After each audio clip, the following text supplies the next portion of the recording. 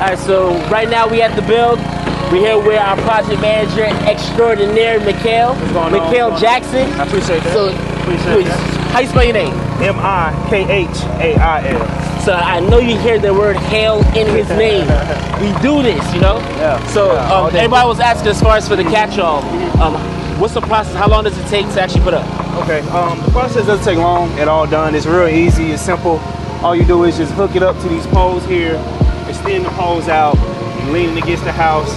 That's it. Takes about How long? 20 minutes maybe.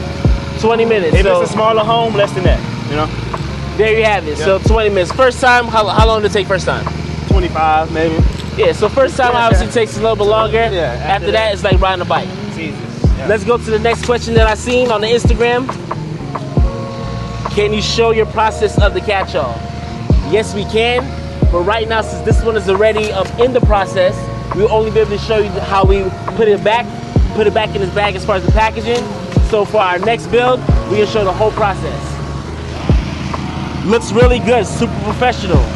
How long does it take to set up? Just an hour or so?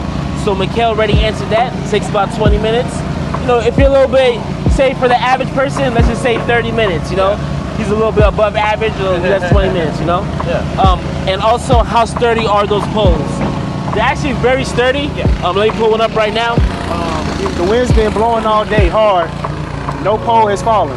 So I'll say like the painter poles, these are actually real good material, but at the end of the day, these withhold everything. It might have withhold Hurricane Ian if it was down there in Florida, so we'll let you know. Can they hold maybe say 15 pounds of tear off coming down on them? Absolutely yes. I'm 100 and say 60. If I jump off, it's gonna hold me too.